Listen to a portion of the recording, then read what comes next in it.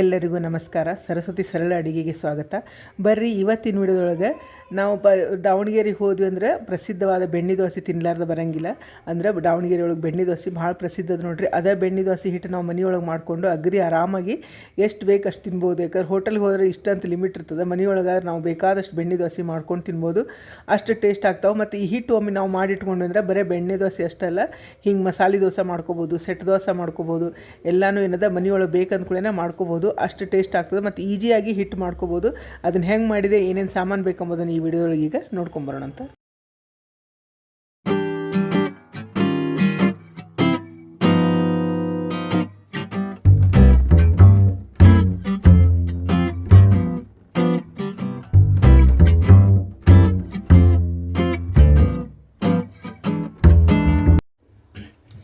ಇಲ್ಲಿ ನೋಡ್ರಿ, ಬೆಣ್ಣೆ ದೋಸೆ ಮಾಡ್ಲಿಕ್ಕೆ ನಾ ಏನದ ಇಲ್ಲೇ ಒಂದು ಬುಟ್ಟಿ ತೊಗೊಂಡಿನಿ. ಇದಕ್ಕೆ ಈಗೇನದ ಅಕ್ಕಿ ಹಾಕೋಣ.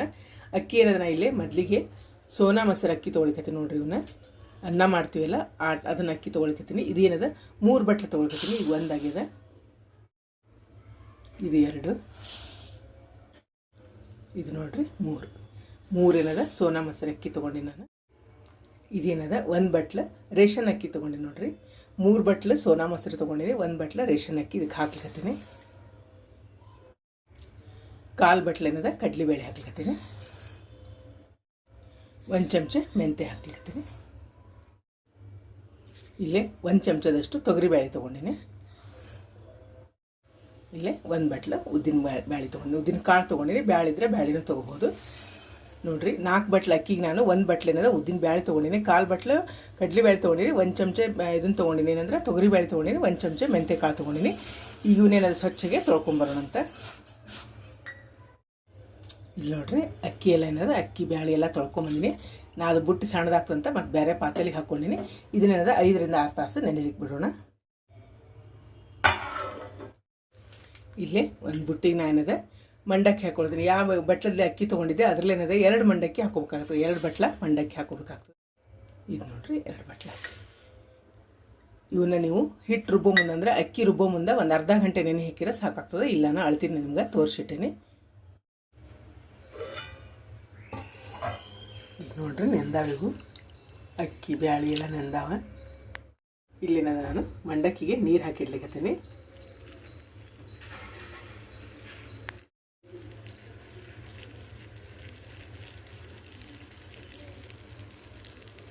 ಇನ್ನು ಮುಚ್ಚಿ ಒಂದು 5-10 ನಿಮಿಷ ಮುಚ್ಚಿಡೋಣ. ಇಲ್ಲೇ ಒಂದು ಜಾರಿಗೆ ನಾನು ನೆಂದಂಥ ಅಕ್ಕಿ ಬ್ಯಾಳಿ ಎಲ್ಲ ಹಾಕ್ಕೊಳಕತ್ತೀನಿ. ಮತ್ತು ಭಾಳ ಸಣ್ಣ ಏನು ಬೇಡ, ಅಂದ್ರೆ ಚೂರು ಕೈಗೆ ತರಿ ಅಂದರೆ ಉರುಟು ಹತ್ತುವಾಗ ಅಷ್ಟಕ್ಕೆ ತೊಗೊಂಡ್ರೆ ಸಾಕಾಗ್ತದೆ. ಇದನ್ನು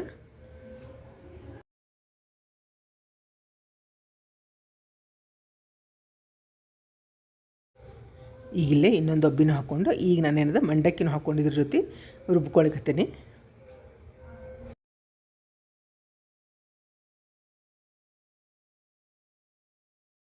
ನೋಡ್ರಿ, ಹಿಟ್ಟು ಉಬ್ಬಿದ ಚಲೋತ್ನಂಗೆ ಮತ್ತು ಗಟ್ಟಿದೆ. ನಾ ಈಗೇನದ ಇದನ್ನು ಬೇರೆ ಪಾತ್ರೆಲಿಗೆ ತೊಗೊಂಡು ಸ್ವಲ್ಪ ನೀರು ಹಾಕ್ಕೋತೀನಿ. ನೋಡ್ರಿ ಎಷ್ಟು ಚಲೋ ಉಬ್ಬಿದೆ.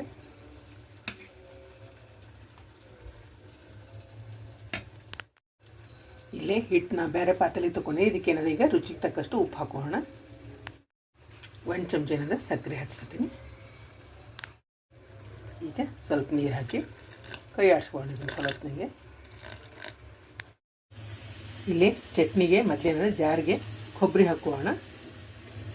ನೋಡ್ರಿ, ಕೊಬ್ಬರಿ ಹಾಕೊಳ್ತೀನಿ ನಾನು. 2 ಏನದ ಹಸಿಮೆಣ್ಸಿನ್ಕಾಯಿ ಹಾಕೊಳ್ತೀನಿ. ಇದು ತೊಳೆದ ಕೊತ್ತಂಬರಿ ಅದ. ಮತ್ತು ಇದಕ್ಕೇನದ 2 ಏಲಕ್ಕಿನ ಸುಲಿದು ಹಾಕೋಣ. ಇದೇನದ ಸುಲಿದ ಏಲಕ್ಕಿ ಹಾಕೋಣ. ಇದಕ್ಕೆ ಈಗ ಇದನ್ನು ಸ್ವಲ್ಪ ನೀರು ಹಾಕ್ಕೊಂಡು ಗಟ್ಟಿಗೆ ರುಬ್ಕೊಳ್ಳೋಣ. ಈಗ ಇಷ್ಟು ರುಬ್ಕೊಂಬಂದಿನಿ. ಈಗ ಇದಕ್ಕೇನದ ರುಚಿಗೆ ತಕ್ಕಷ್ಟು ಉಪ್ಪು ಹಾಕೋಣ. ಮತ್ತು ಸ್ವಲ್ಪ ನೀರು ಹಾಕ್ಕೊಂಡು ಗಟ್ಟಿಗೆ ರುಬ್ಕೊಬೇಕಾಗ್ತದೆ ಚಟ್ನಿನ. ನೋಡ್ರಿ, ಚಟ್ನಿ ರುಬ್ಕೊಂಬಂದಿನಿ. ಇಷ್ಟು ಗಟ್ಟೆ ಮತ್ತು ಇಷ್ಟು ತರಿ ಆಗಿರ್ಬೇಕು, ಭಾಳ ಸಣ್ಣ ಮಾಡ್ಕೊಬಾರ್ದು. ಈಗ ಇದನ್ನು ಒಂದು ಬೌಲ್ಗೆ ತೊಗೊಳ್ಳೋಣ. ಇಲ್ಲೇ ಪಲ್ಯ ಮಾಡ್ಕೊಳ್ಳಿಕ್ಕೆ ಒಲೆ ಹೊತ್ತಿಸಿ ಬುಟ್ಟಿ ಇಟ್ಕೊಂಡು ನಾನು. ಈಗ ಇದಕ್ಕೇನದ ಎಣ್ಣೆ ಹಾಕೋಣ. ಇದು ಎಣ್ಣೆ ಕಾತದ. ಇಲ್ಲಿ ನೋಡ್ರಿ ನಾನು 2 ಉಳ್ಳಾಗಡ್ಡಿನ ಹಿಂಗೆ ಉದ್ದಾಗೆ ಹೆಚ್ಕೊಂಡಿನಿ. ಇದು ಹಾಕೊಂಡಿದ್ದಕ್ಕೆ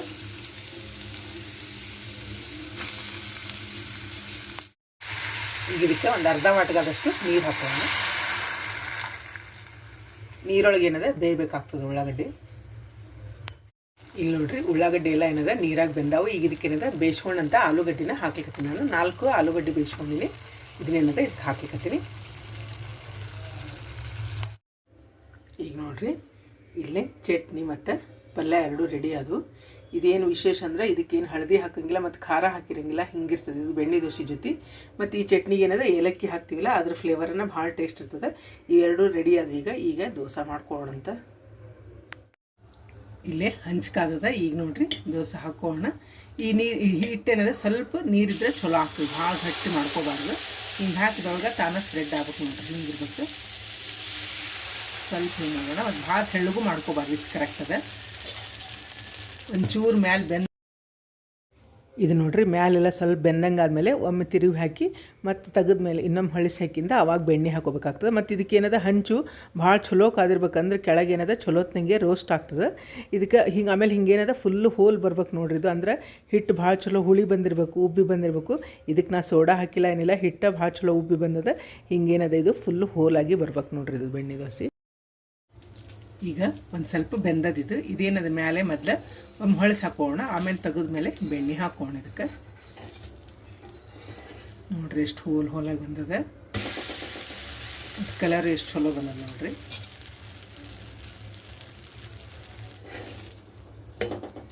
ಈಗೇನದ ಬೆಣ್ಣೆ ಹಾಕೋಣ ಇದಕ್ಕೆ.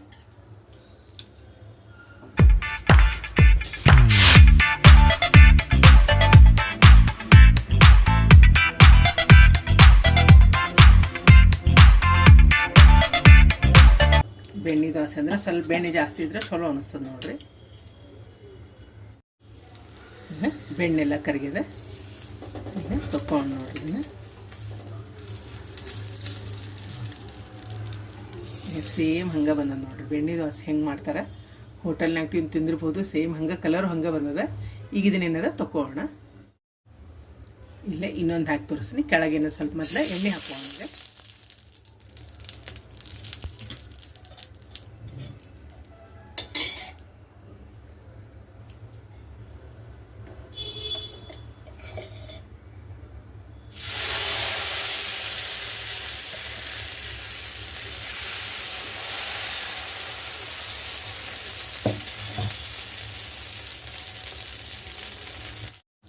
ಈಗ ನೋಡ್ರಿ ಸ್ವಲ್ಪ ಬೆಂದದ.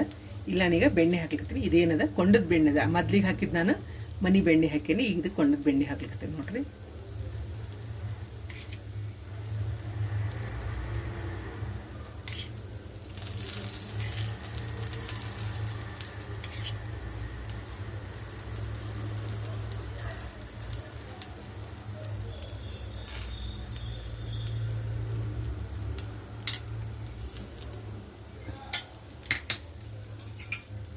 ಇದೇನದು ಸ್ವಲ್ಪ ರೋಸ್ಟ್ ಆಗಲಿ ಕೆಳಗೆ.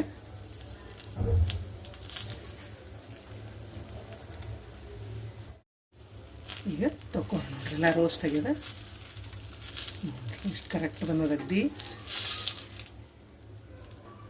ಬೆಣ್ಣೆ ದೋಸೆ ಭಾಳ ಅಂದ್ರೆ ಭಾಳ ಚಲೋ ಬಂದಾವ.